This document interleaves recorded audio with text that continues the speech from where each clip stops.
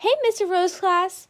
It's Julia, Lana, Dan, and Elijah, and we're here to discuss the Industrial Revolution and Karl Marx and his communist views. First, let's talk about the Industrial Revolution. This revolution started because of a few things. First off, the agricultural revolution led to many families being able to afford food due to the surplus. With the extra money, many families began to purchase manufactured products, which before was a luxury. Next, many technological changes happened, such as the invention of the steam engine or the spinning jenny. The Industrial Revolution was started by the British. There were several advances in machinery, transportation, and daily living. What we're going to focus on today is the later Industrial Revolution. Farming was no longer needed as much because of the Agricultural Revolution, therefore many people were out of work. People moved from rural areas to cities because of the promise of work. The only issue was too many people made this move.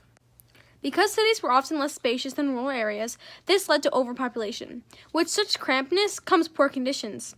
And with these poor conditions comes unhappy people, diseases, and poverty. Not only did the living conditions suck, so did the work. People would do back-breaking, tedious work for pennies an hour.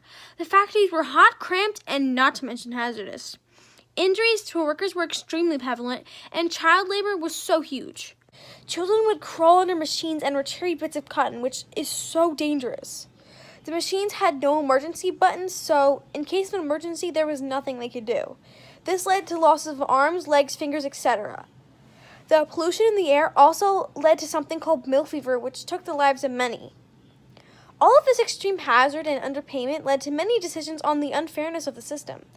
The economic system these factories ran under is called capitalism. In its most simplest form, it can be explained as a production of goods being privately owned and operated for profit. The government can't control how the business runs, or what the owners do with their profit. Today, we are still under capitalism, but thank God there's a minimum wage and laws on how they can run it. During the Industrial Revolution, the owners paid the workers pennies an hour so that they would make a better profit. This enraged many people and led to many writers and philosophers trying to change this unjust system. One of those people being Karl Marx, who is going to be one of our other main subjects today. Marx was born into the revolution, and when he grew older, he began to speak out against capitalism. He actually had to flee Germany because his views weren't valued there, and he had to move to Britain. Karl Marx thought there was 4 main things wrong with capitalism. Number 1, modern work is alienated. This means that since everything is so efficient and quick, workers feel that their contribution is less than it used to be, leading to alienation. Number 2, modern work is insecure. Capitalism makes workers feel expendable. Workers get paid little while capitalists get rich.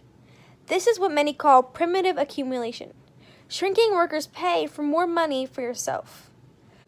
Karl Marx stated that profit is theft. Number 3, capitalism is very unstable. Capitalist crises are often crises of abundance rather than shortage. Karl Marx thought that the factories are so effective that everyone in the world can be given what they need.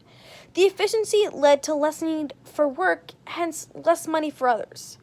Karl Marx thought that unemployment was freedom and that there was no need to complain. He argued that unemployment should be a luxury. Number 4, capitalism is bad for capitalists. Karl Marx said that marriage was an extension of business and that capitalism made people so financially concerned they forget to love in their life. This is what many call commodity fetishism or Warenfetismus. This type of financial worries made people value things that have no objective value. Karl Marx wanted no private property, no inherited wealth, a centralized control of banking, communication, and transport industries, and free public education. Karl Marx wanted a classless society. In the Communist Manifesto, Marx theorized that economics was in fact the driving force in history. He stated that there was a history of class struggles between have and have-nots. The haves were the bourgeoisie, and the have-nots were the proletariat, or the working class. Eventually, Marx gained the support of many. In Western Europe, communism started to pop up. Even so, many argue that Karl Marx was wrong. Contrary to what he said, the standard of working class did improve drastically, and people felt strong ties to their country more than any other workers' movement. Eventually, countries that had experimented using communism were moving away from it and adding free market capitalism. While some of these things like public education seem like nothing now, in Karl Marx's time, it was not even thought about. Because of all of his quite radical ideas, he was not popular in his day. Karl Marx is known as the father of communism. You may be wondering, what is communism? Communism is the ideology that everyone is equal. There is no private businesses and the government has control. The main issues that people have with communism are workers don't have enough initiative to work hard, there is abundance in certain things while shortages in others, and in the 20th century it led to a lot of deaths. Rulers like Joseph Stalin and Chairman Mao were the reason for more than 85 million deaths in the 20th century. Our own country is opposed to communism. We fought in what is one of the most controversial wars in U.S. history, the Vietnam War. So to wrap everything up, here are a few of Karl Marx's most famous quotes. History repeats itself. First is tragedy, second is farce. Men make their own history, but they do not make it as they please. Workers of the world unite. You have nothing to lose but your chains.